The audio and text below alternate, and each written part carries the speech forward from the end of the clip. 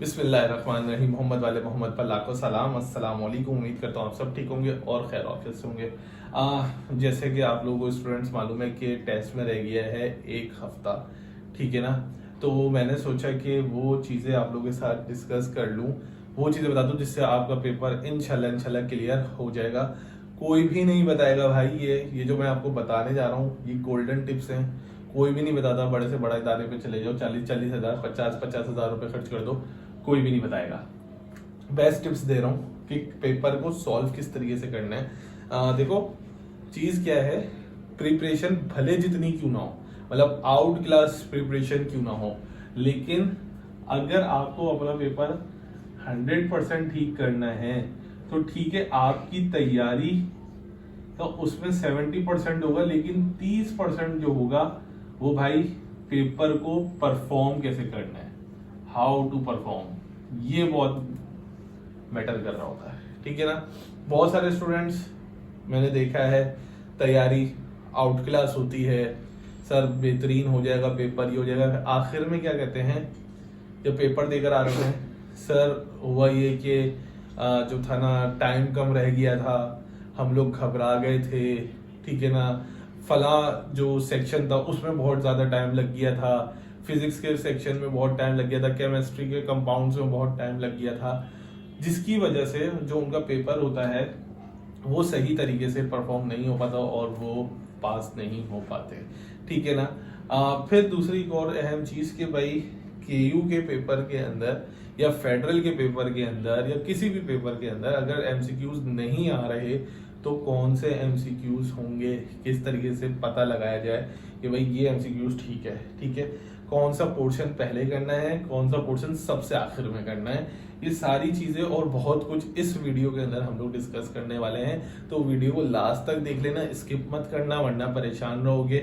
और अगर वीडियो अच्छी लगे तो लाजमी कमेंट करना, वीडियो को लाइक कर लेना और चैनल को अपने दोस्तों अपने कजन्स के साथ शेयर कर लेना, ठीक है।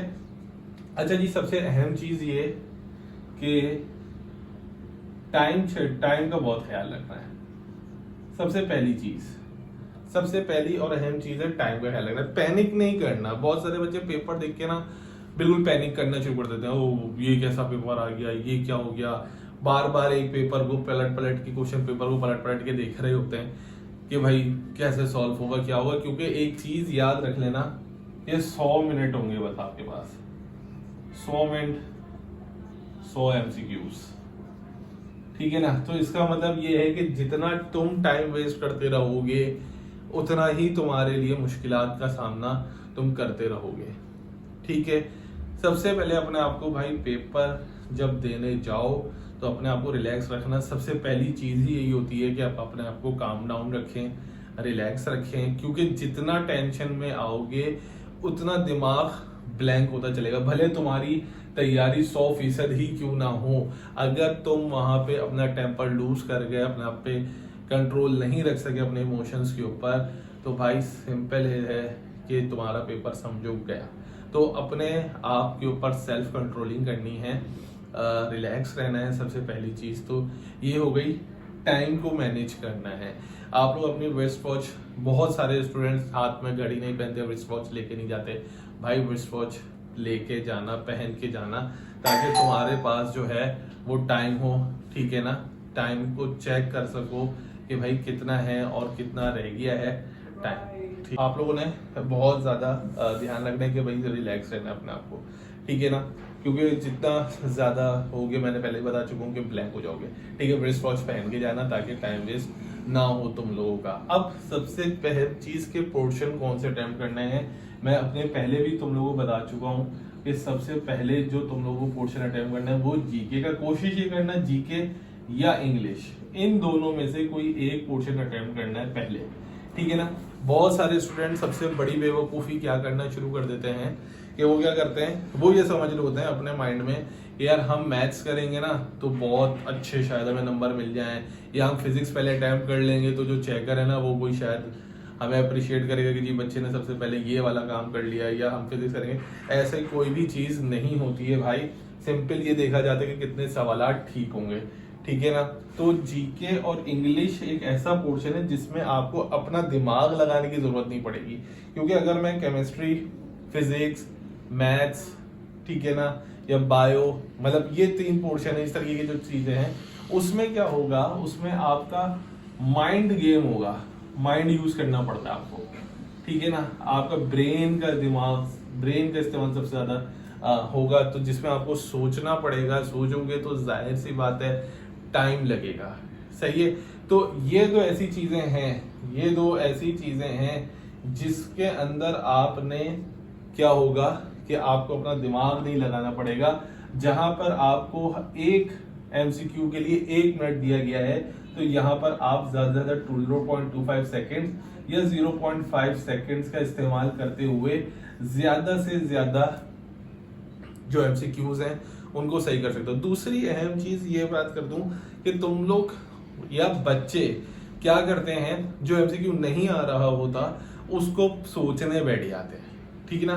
भाई सोचने वाला काम नहीं होगा इसके अंदर, सोचने वाला नहीं है। पेपर पढ़ते रहो और पेपर पढ़ के जो फौरन से क्लिक कर रहा है फौरन उसको फिल करते रहो, उस पॉइंट को फिल करते रहो। OMR शीट होगी, आपने फौरन फिल करते रहना है। ये नहीं कि जी सोचने बैठ जाओ कि जी अच्छा इसका आंसर क्या होगा, वेस्ट ऑफ टाइम होगा। सोचने का सारा जो काम है वो लास्ट में करना है, जब पूरा का पूरा पेपर तुम लोग अपना परफॉर्म कर लोगे, उसके बाद टाइम ही टाइम होगा भाई, ठीक है ना। अगर पहले सोच लोगे घबरा जाओगे कि यार अभी तो इतना सारा जो है ना पेपर रहता है, फिर आखिर में क्या होता है कि आप जल्दी के अंदर पूरा पेपर जो आ भी रहा होता है वो भी खराब कर जाते हो, ठीक है। तो पहले ये पोर्शन करने हैं आप लोगों ने, उसके बाद फिर आप लोगों ने देखना है, मैं कहूंगा कि फिजिक्स जो है ना, फिजिक्स ये एंड में रखेगा, कोशिश करेगा जिसमें सबसे ज्यादा माइंड यूज हो रहा है वो चीजें एंड में रखे, ठीक है। ताकि अगर रह भी जाती हैं, आप लोगों से कोई सवाल रह भी जाते हैं तो उसमें तुक्के मार लो या अपना थोड़ा सा माइंड यूज कर लो, ठीक है। अगर पहले से ये करने बैठ जाओगे तो समझ लो तुम्हारा जो मार्क्स गेनिंग पोर्शन है वो रह जाएंगे, ठीक है। मार्क्स गेन नहीं कर सकोगे, यहां पर फंस जाओगे आकर, ठीक। तो आप लोगों ने सबसे पहले ये अटेम्प्ट करना है, टाइम का बहुत ज्यादा ख्याल रखना है, ठीक है।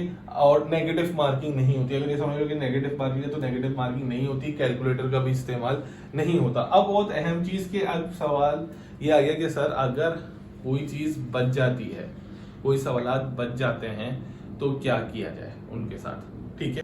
अब अगर कोई सवाल रह जाते हैं, बच जाते हैं और ये कंफ्यूजन है कि भाई कौन से ऑप्शंस होंगे, टाइम है, तो मैं आपको एक ट्रिक बता देता हूँ कि भाई साइंटिफिकली प्रूव है ये, ठीक है ना, बहुत सारे रिसर्च पेपर्स के अंदर मौजूद है कि भाई अगर आपके पास 4 ऑप्शन हैं A, B, C और D, ठीक है ना।